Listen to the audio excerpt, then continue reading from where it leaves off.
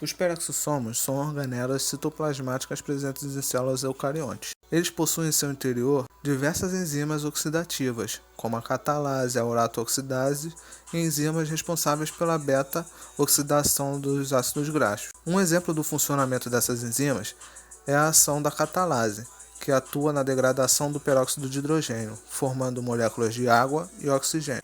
Os tipos de peroxissomos são glioxossomos, peroxissomos de plantas e peroxissomos de animais. Algumas pessoas possuem doenças associadas aos peroxissomos, como a condrodisplasia puntada rizomélica, onde os peroxissomos são pequenos ou ausentes, e a catalassemia, onde há ausência da enzima catalase. A teoria endossimbiótica é uma teoria proposta pela Lynn Margulis no ano de 1981, em seu livro Symbiosis in Cell Evolution.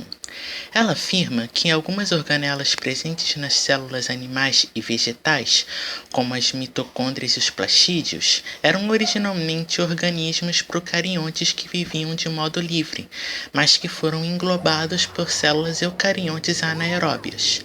Essas células não puderam digeri-las, mas descobriram que esses organismos na verdade eram úteis para o funcionamento da célula enquanto elas estivessem vivas, já que a mitocôndria era aeróbia e seu processo de respiração fornecia energia para a célula hospedeira de maneira muito mais eficiente, enquanto os plastídeos permitiam às suas células hospedeiras obterem energia de forma autotrófica, que eventualmente, em várias etapas, levaria à fotossíntese.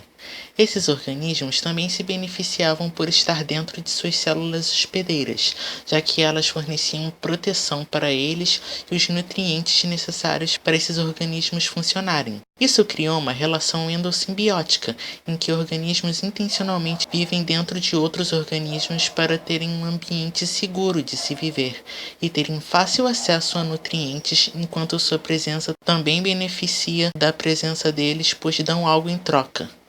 Há vários fatores que apoiam a teoria endossimbiótica. Por exemplo, os cloroplastos e as mitocôndrias possuem seu próprio DNA e diferentes do DNA existente no núcleo da célula. Esse DNA se assemelha mais ao DNA encontrado em células bacterianas. Suas aparências, membranas internas e seus processos de divisão celular também são muito semelhantes aos de células bacterianas. Tudo isso indica que essas organelas são descendentes de células procariotas. Todo mundo já ouviu falar do ciclo de Krebs, que é esse carinha aqui.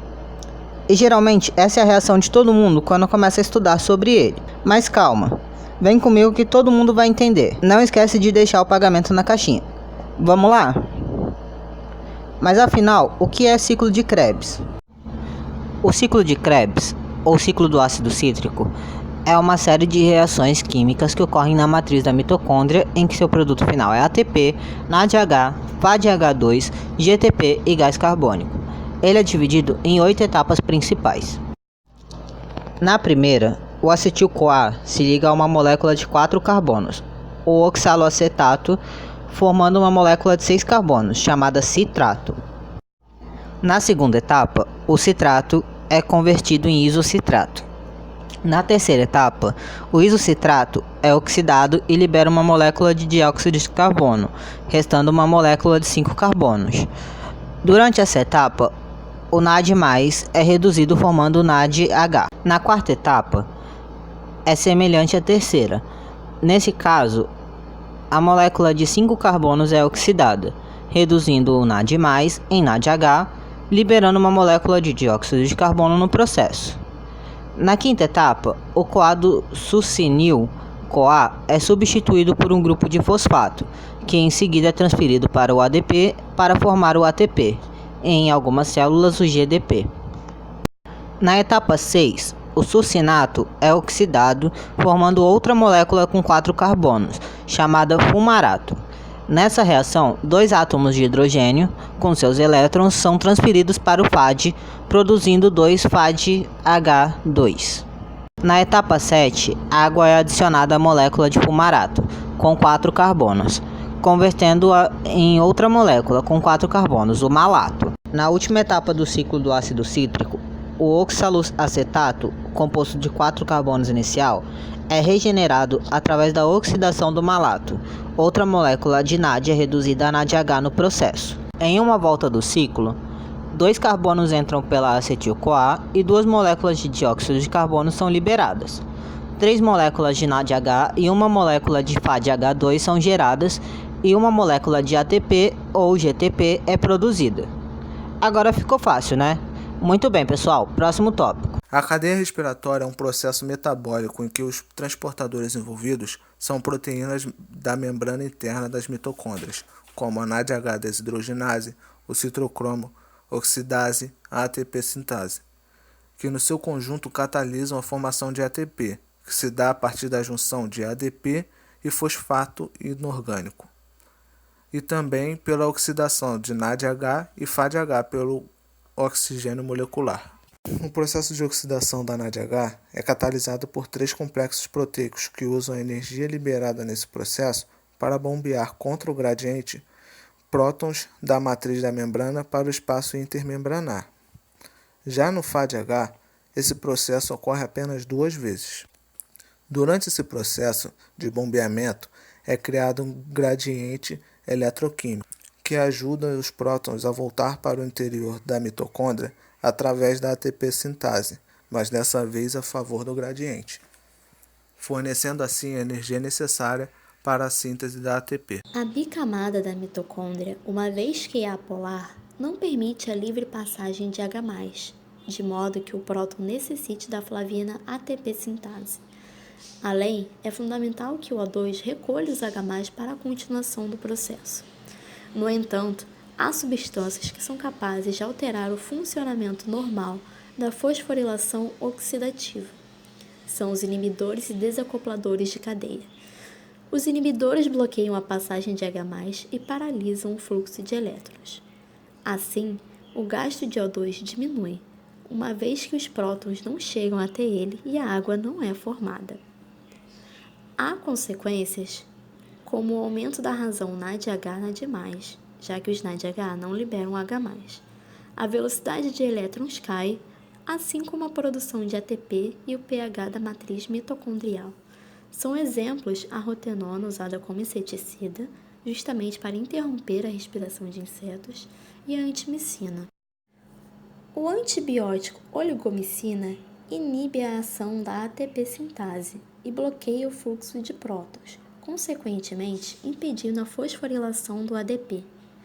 O cianeto é uma dessas substâncias e possui grande afinidade pelo Fe3+, se ligando ao íon férrico do citocromo C, oxidase, impedindo que este retorne ao íon ferroso, paralisando toda a cadeia e também a síntese de ATP. O caso da boate Kiss é um exemplo desse envenenamento, uma vez que a substância estava presente na espuma que revestia o local. Exames feitos nas vítimas indicam uma concentração altíssima, ainda que tenham sido feitos muito tempo depois.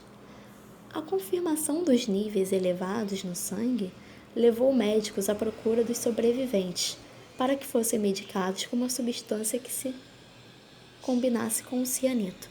A substância é a hidroxicalabamina, uma vitamina B12 injetável,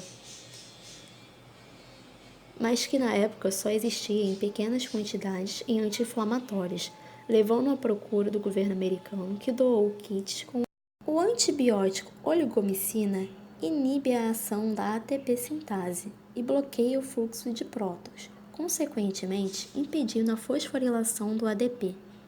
O cianeto é uma dessas substâncias e possui grande afinidade pelo Fe3+, se ligando ao íon férrico do citocromo C, oxidase, impedindo que este retorne ao íon ferroso, paralisando toda a cadeia e também a síntese de ATP. O caso da boate Kiss é um exemplo desse envenenamento, uma vez que a substância estava presente na espuma que revestia o local. Exames feitos nas vítimas indicam uma concentração altíssima, ainda que tenham sido feitos muito tempo depois. A confirmação dos níveis elevados no sangue levou médicos à procura dos sobreviventes para que fossem medicados com uma substância que se combinasse com o cianeto.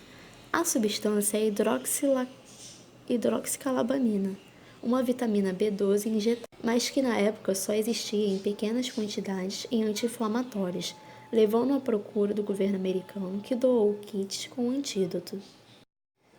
Os desacopladores permitem a saída de H+, ao deixar a membrana interna mais permeável aos prótons, o desacoplando da função de produzir ATP, seguindo para a matriz.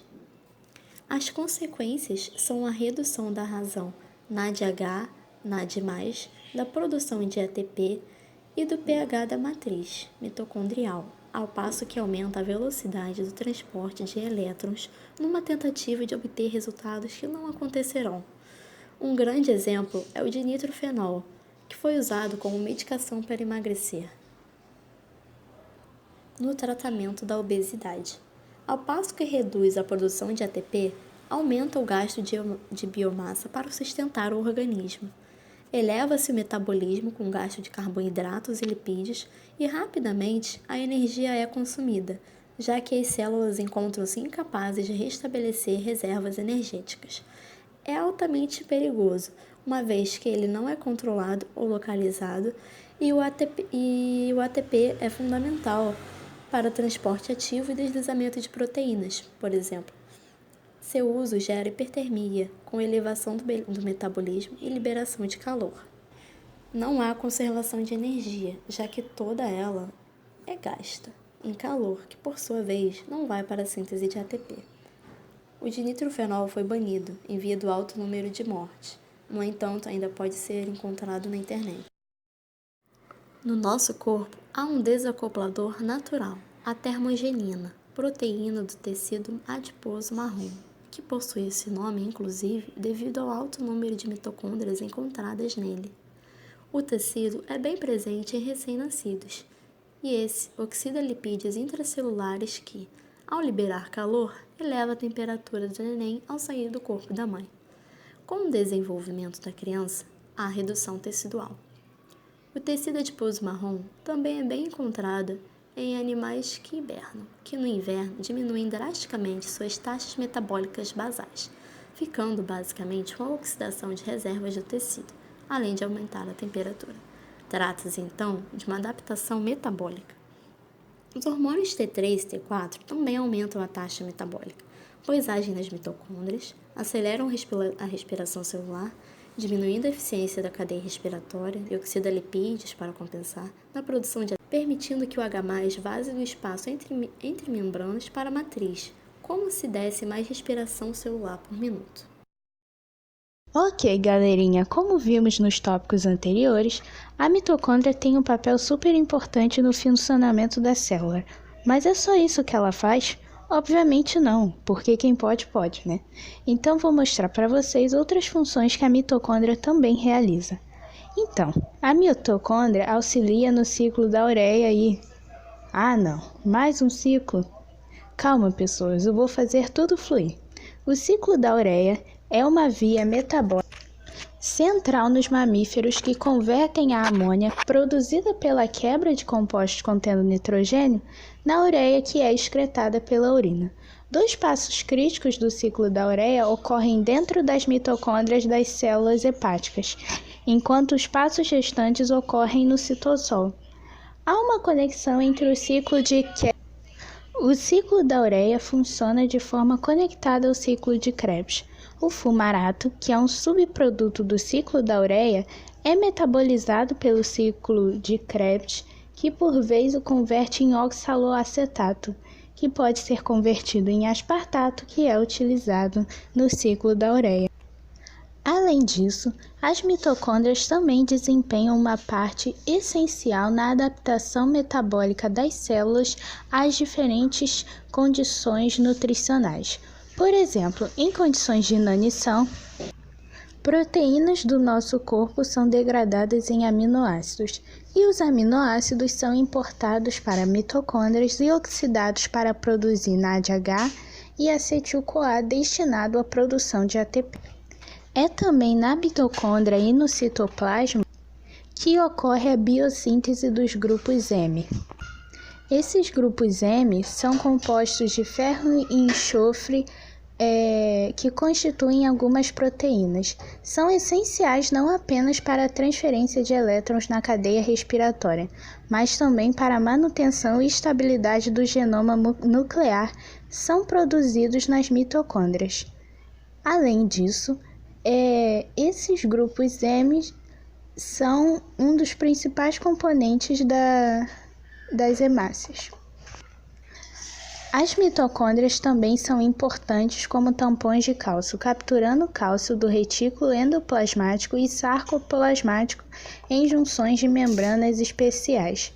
Os níveis de cálcio celulares controlam a contração muscular, e alterações nesse processo estão implicadas na neurodegeneração e apoptose. Claramente, as células e organismos dependem das mitocôndrias de muitas maneiras diferentes. Como, por exemplo, na apoptose, a mitocôndria libera o citocromo C, um dos transportadores de elétrons da cadeia respiratória, que se liga e se agrega ao adaptador de proteínas chamado APAF1. Esse APAF1 é responsável por agregar as moléculas de procaspase 9 e irá levar à ativação da cascata de caspases que clivam proteínas-chaves da célula, incluindo proteínas citosólicas específicas, levando a uma morte controlada da célula. As mitocôndrias também podem realizar fermentação caso não tenha muito oxigênio disponível no citosol da célula. A fermentação geralmente ocorre nos tecidos musculares devido ao esforço físico.